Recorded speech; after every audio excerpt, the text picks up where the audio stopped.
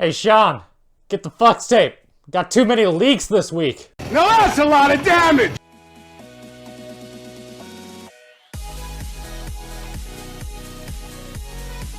Discord made a f***y wucky. Ooh. The popular communication client was discovered to have a vulnerability that caused a bad actor to write a Trojan capable of hooking into Discord's index JavaScript files and essentially gain access to the victim's user's account and grabbing their password.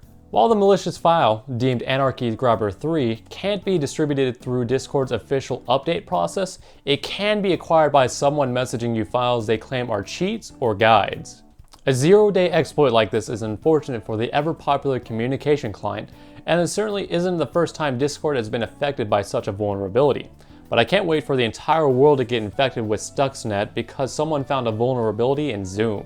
There's actually no good segue for this one. The original Xbox source code has been leaked online, as well as some code related to Windows NT 3.5. The leaked source code also includes the kernel for the modified operating system in the OG Xbox console. While the source code has been passed around in emulator development communities for years, the relevant bit is the kernel leak. Emulator developers have tried and failed for years to replicate the proprietary kernel in order to better emulate OG Xbox games. So this leak will no doubt help their efforts. Microsoft has been highly protective of its source code, and with this particular incident declined to comment, but is actively investigating the source of the leak, adding to its validity. That's such a weird word. And adding to its validity. That's such weird wording, Taylor. Microsoft has been highly protective of its source code, and with this particular incident declined to comment on it, but it is actively investigating the source of the leak, adding to its validity. It should also be noted that very few systems worldwide use this code actively, so the security risk as a result of this leak is almost zero. This is also not entirely unlike the Nintendo source code leak earlier this year. Companies really need some Flex Seal to stop all this damage.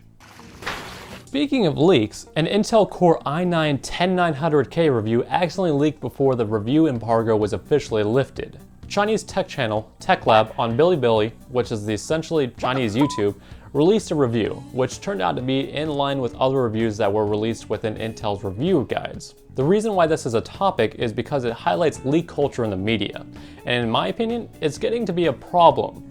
It is very cool that companies provide products for review so that consumers benefit by bleeding edge information about a product they might be interested in buying. These reviews are provided at a certain level of trust between the companies and the media, and when leaks like this happen, the trust is breached and lowered, reducing the chance that companies are willing to provide media outlets with review samples, which again, I think we can all agree is a pro-consumer thing. After all, respect is a two-way street. Finally, iOS has been jailbroken, like completely. As a sentence communed, pardoned. On Saturday, May 23rd, developers released a jailbreak that they claim worked on all iOS systems. They claim this is done by taking advantage of a vulnerability that Apple isn't aware of. This is the first jailbreak that works universally since around iOS 10, and the users who use this jailbreak on their devices are able to go outside Apple's very high-walled garden, like being able to install apps not officially on the App Store. The practice of jailbreaking is of course denounced by Apple, but third-party security experts also warn that jailbreaking your iOS device could open your device up to vulnerabilities outside of Apple's own, and the practice is not recommended. As with most things that fall out of the norm, do so at your own risk. Jailbreaking can let you have some fun with iOS devices that Apple wouldn't typically allow, but at the same time, Apple does lock down their stuff for a reason. Users have trusted Apple's security and privacy prowess for years, and is a big gravitator towards iOS. And with that, that's going to do it for this week's tech-related salt. Make sure you like the video, subscribe for more tech content, and hit that notification bell. Follow us on Twitter at tech_for_thought, and if video games are more of your thing, check out our affiliate, cultureofgaming.com, for all your latest gaming news, reviews, and opinion pieces. See you next time.